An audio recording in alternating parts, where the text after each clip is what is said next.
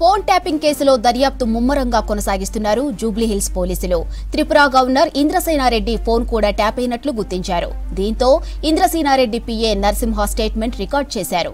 BRS హయాంలో తన phone tap అయినట్లు గతంలో ఇంద్రసేనారెడ్డి చెప్పారు. ఈ మేరకు పోలీసులు విచారణ చేపట్టారు. ఫోన్ ట్యాపింగ్ కేసులో దర్యాప్తు ముమ్మరంగా కొనసాగిస్తున్నారు జూబ్లీహిల్స్ పోలీసులు. త్రిపుర గవర్నర్ ఇంద్రసేనారెడ్డి ఫోన్ కూడా ట్యాప్ అయినట్లు గుర్తించారు.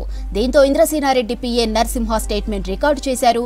ఇక బీఆర్ఎస్ హయాంలో తన ఫోన్ ట్యాప్ అయినట్లు గతంలో ఇంద్రసేనారెడ్డి చెప్పారు. ఈ మేరకు పోలీసులు విచారణ చేపట్టారు. ఇక దీనిపై మరిన్ని డీటెయిల్స్ సత్యం అందిస్తారు. సత్యం, ఫోన్ ట్యాపింగ్ కేసు విచారణకు సంబంధించి అప్డేట్స్ ఏంటి? ఫోన్ ట్యాపింగ్ కేసులో పోలీసులు దర్యాప్తును మరింత ముమ్మరం చేశారు.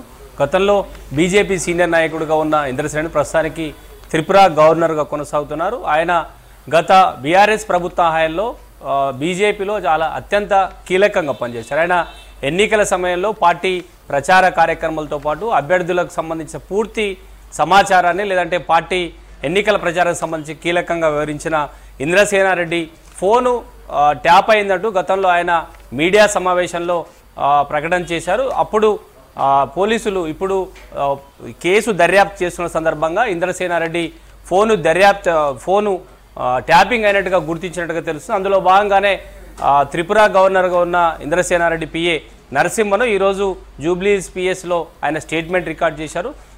ఈరోజు త్రిపుర గవర్నర్ ఇంద్రసేనారెడ్డితో మాట్లాడితే గతంలో తాను పోలీసులకు ఫిర్యాదు చేయలే కానీ మీడియా సమావేశాల్లో కానీ చాలా సందర్భాల్లో తన ఫోన్ ట్యాపింగ్ అవుతుందనే తాను ప్రకటన చేశాను చెప్పాను కానీ ఎక్కడ పోలీసులకు ఫిర్యాదు చేయలేదనే అంశాన్ని ఈరోజు ఇంద్రసేనారెడ్డి స్పష్టం చేశారు. అంటే కేవలం బీఆర్ఎస్ ప్రభుత్వ హయాంలో ప్రతిపక్ష పార్టీలు ఇటు కాంగ్రెస్ అదేవిధంగా బీజేపీకి సంబంధించిన కీలక నాయకుల ఫోన్లన్నీ కూడా ట్యాప్ చేశారని గతంలో కాంగ్రెస్ అదేవిధంగా బీజేపీ పదే ఆరోపణ చేసి వచ్చింది.